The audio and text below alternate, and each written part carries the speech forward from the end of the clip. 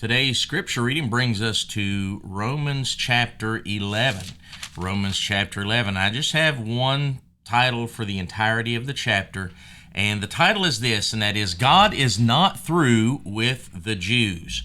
Now, finishing up this three-chapter section that is really focused toward the Jewish people, Paul is using this chapter to make sure and tell the Jews that God's not through with them. And that's really the focal point of this entire chapter. Now, a couple things that I want to point out before I kind of break down the chapter. And then I love verse number 6, because verse number 6 is very explicit when it comes to the difference between grace and works. Grace is unmerited favor. Works is something that you do. If it is one, then it is not the other. Verse number 6, it says, and if it by grace, then it is no more of works, otherwise grace is no more grace, and then it repeats itself in the negative. It's a wonderful verse, because if we're saved by grace, then that means we're not saved by works. So always keep that in mind, and I would recommend memorizing Romans 11, verse number 6. But going back to this is, God is not through with the Jews, and he's using this chapter to explain that.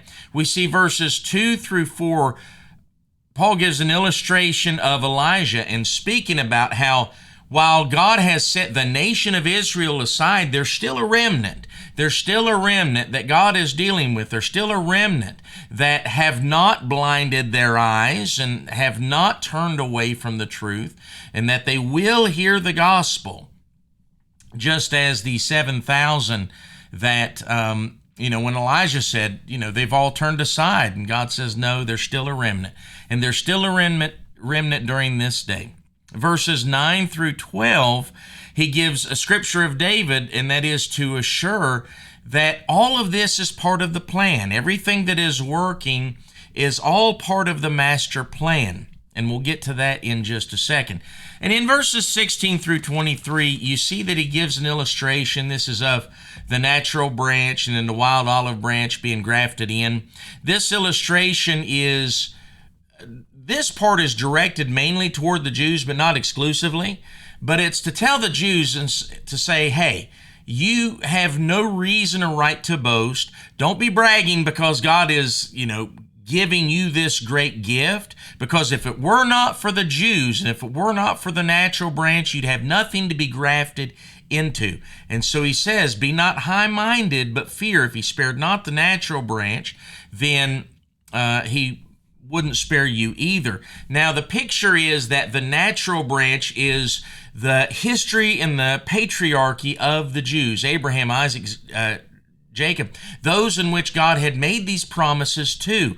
That's the natural branch, and the Gentiles have been grafted into that, and the unbelieving Jews have been discarded. And the only reason that the Gentiles are being grafted in, it's not because of anything that they've done, but it's because they have believed, whereas the Jews are in unbelief.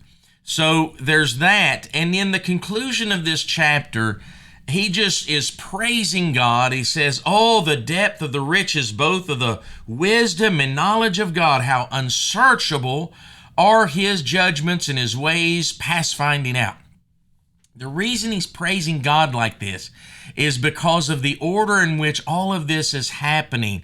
He's praising God because of how he can take the sin of one people, talking about the Jews, and use that sin to be a blessing unto another people, the Gentiles. And then because of the blessing that's going to flow upon the Gentiles, he's going to use that to restore the remnant of the Jews. And so just the way God works.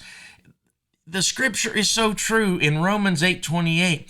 All things work to good of them that love God and called according to his purpose.